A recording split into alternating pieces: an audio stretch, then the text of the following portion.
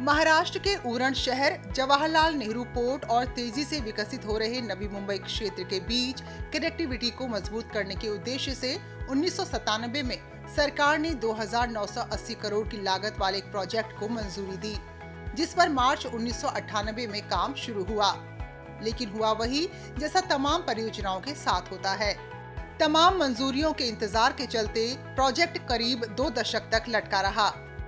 Project के अटकने के पीछे जिम्मेदार थी जमीन अधिग्रहण की समस्याएं, जंगल और मैनग्रोव मंजूरी, निर्माण के लिए जरूरी लाइसेंस, ऊर्जा ईंधन की मंजूरियां, राइट ऑफ वे की दिक्कतें और विभिन्न एजेंसियों के बीच समन्वय की चुनौतियां।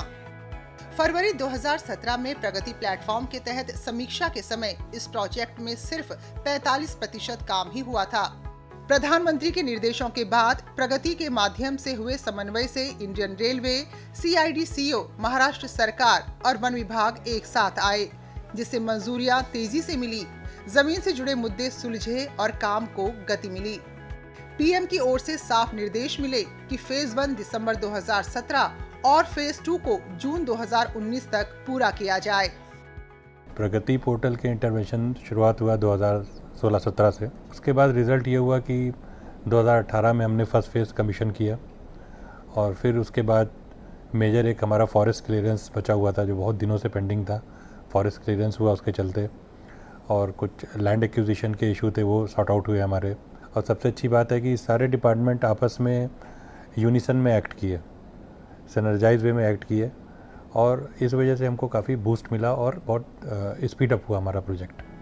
नेरुल उरण रेलवे लाइन ने स्थानीय इलाके को कई तरह से फायदा पहुंचाया है। यात्रा का समय कम हुआ है।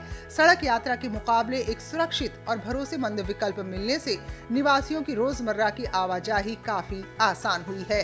कि इसके वजह से ट्रैवल करने हमें आसान हो गए, पैसा भी बच रहा है, टाइम भी बचता है, और टाइम से हम स्कूल या कहाँ भी जाना है वो टाइम से पहुँचते हैं। इस रेलवे लाइन का पहला चरण वर्ष 2018 में शुरू हुआ, जबकि खारकोपर उरण सेक्शन का उद्घाटन जनवरी 2024 में किया गया। आज यात्री से नए रेल रिंग से संतुष्ट हैं, क्योंकि इससे भरोसेमंद सेवा मिली, सफर का समय घटा और सड़क पर ट्रैफिक के दबाव में भी काफी कमी आई। जब से ये रेलवे स्टेशन बना है चरघर का, तब से मुझे ट्रैवलिंग करने के लिए बहुत आसान हुआ है, बिकॉज ये मेरे को बहुत नजदीक भी गिर रहा है मेरे काम से। ये कॉरिडोर अब स्थानीय निवासियों, पोर्ट कर्मचारियों, उद्योगों के साथ साथ नवी मुंबई अंतर्राष्ट्रीय हवाई अड्डे से जुड़े कर्मचारियों और यात्रियों के लिए एक अहम आवागमन की जीवन रेखा बन चुका है।